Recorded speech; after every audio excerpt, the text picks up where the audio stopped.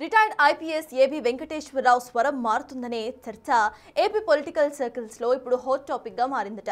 ఇటీవల ఏబీ వెంకటేశ్వరరావు మాట్లాడుతున్న తీరు, చేస్తున్న కమెంట్స్ ప్రభుత్వాన్ని టార్గెట్ చేసినట్లుగా ఉండటం, ఆయన వ్యవహార శైలి అంతుచిక్కడం లేదనే చర్చ నడుస్తోందట.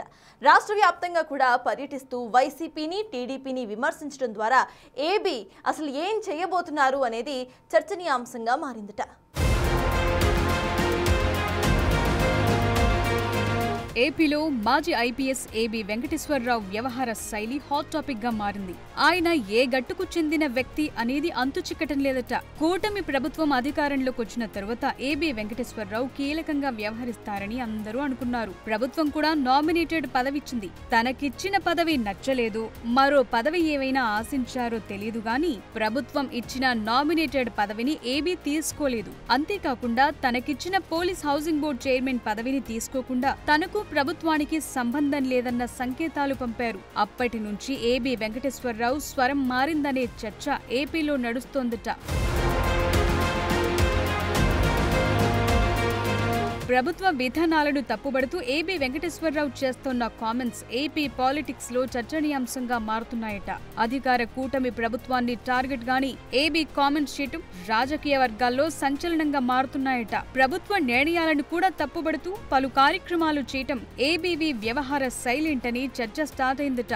తమతో సన్నిహితంగా ఉండే రిటైర్డ్ ఐపీఎస్ ఎందుకిలా వ్యవహరిస్తున్నారన్న ప్రశ్న నేతలను కలవరపెడుతోందట.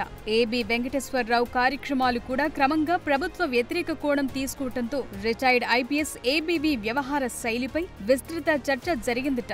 అయితే ఇప్పుడు అనూహ్యంగా ఏబీవీ మళ్లీ యూటర్న్ ఎందుకు తీసుకున్నారని అనుమానాలు వ్యక్తమవుతున్నాయట. కొద్ది నెలలుగా చంద్రబాబు ప్రభుత్వాన్ని ఇరుకున పెట్టేలా మాట్లాడటం చర్చనీయాంశమైందట. తాజాగా విద్యుత్ రంగ సంస్థ షిరిడి సాయి ఎలక్ట్రికల్స్ ను టార్గెట్ గా తిరుపతిలో రౌండ్ టేబుల్ సమావేశం నిర్వహించి ఆ సంస్థ వల్ల ప్రజలు 1,00,000 కోట్ల భారాన్ని మోస్తున్నారని ఏబీ వెంకటేశ్వరరావు ఫైర్ అయ్యారు. కడప జిల్లాకు చెందిన షిరిడి సాయి సంస్థ యాజమాన్యానికి మాజీ ముఖ్యమంత్రి జగన్మోహన్ రెడ్డితో సన్నిహిత సంబంధాలున్నాయనే ప్రచారముంది. ఈ నేపథ్యంలో ఏబీవీ విమర్శలు ప్రాధాన్యం సంతరించుకున్నాయి. గత ప్రభుత్వంలో 5 ఏళ్ల పాటు సస్పెన్షన్ అనుభవించిన ఏబీవీ మాజీ సీఎం జగన్ టార్గెట్ గా తన కార్యక్రమాలుంటాయని గతంలో ప్రకటించారు. షిర్డీ సాయి సంస్థపై ఏబీవీ తాజాగా మొదలుపెట్టిన పోరాటం మాజీ సీఎం జగన్ ను కార్నర్ చేయటానికి అన్న సందేహాలు వ్యక్తమవుతున్నాయట.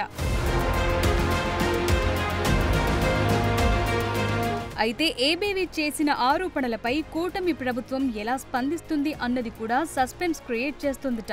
ఎందుకంటే కూటమి ప్రభుత్వంలోనూ షిర్డీ సాయి సంస్థకు మేలు చేసేలా కొన్ని నిర్ణయాలు తీసుకుంటున్నాయనే విధంగా ఏబీ కామెంట్స్ ఉన్నాయనేది పొలిటికల్ సర్కిల్స్ లో చర్చ నడుస్తోందట. దీంతో ఏబీవీ అసలు టార్గెట్ ఎవరన్నది కూడా చర్చకు కారణమవుతోందట.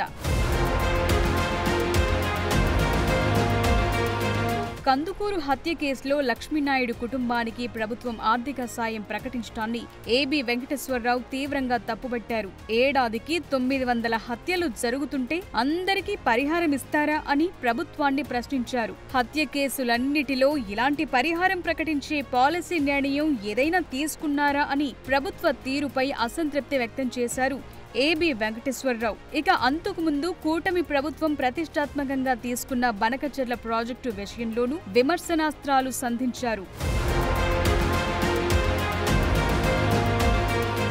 బనకచెర్ల ప్రాజెక్టును గుదిబండ ప్రాజెక్టుగా ఏబీవీ పేర్కొన్నారు. ఈ ప్రాజెక్టు రాష్ట్ర ప్రజలకు భారంగా మారుతుందన్నారు. ప్రభుత్వ విధానాలను ప్రశ్నించడం ద్వారా ఏబీ ఏం చేయబోతున్నారనేది కూడా పొలిటికల్ సర్కిల్స్ లో చర్చకు దారితీస్తుందట. టీడీపీకి దగ్గరగా ఉన్న వ్యక్తి కూటమిలోని ప్రధాన పార్టీగా ఉన్న ప్రభుత్వంపై అదే టీడీపీపై విమర్శనాస్త్రాలు గుప్పించడం ద్వారా ఏబీ అడుగులేంటనే దానిపై సస్పెన్స్ గా మారిందట.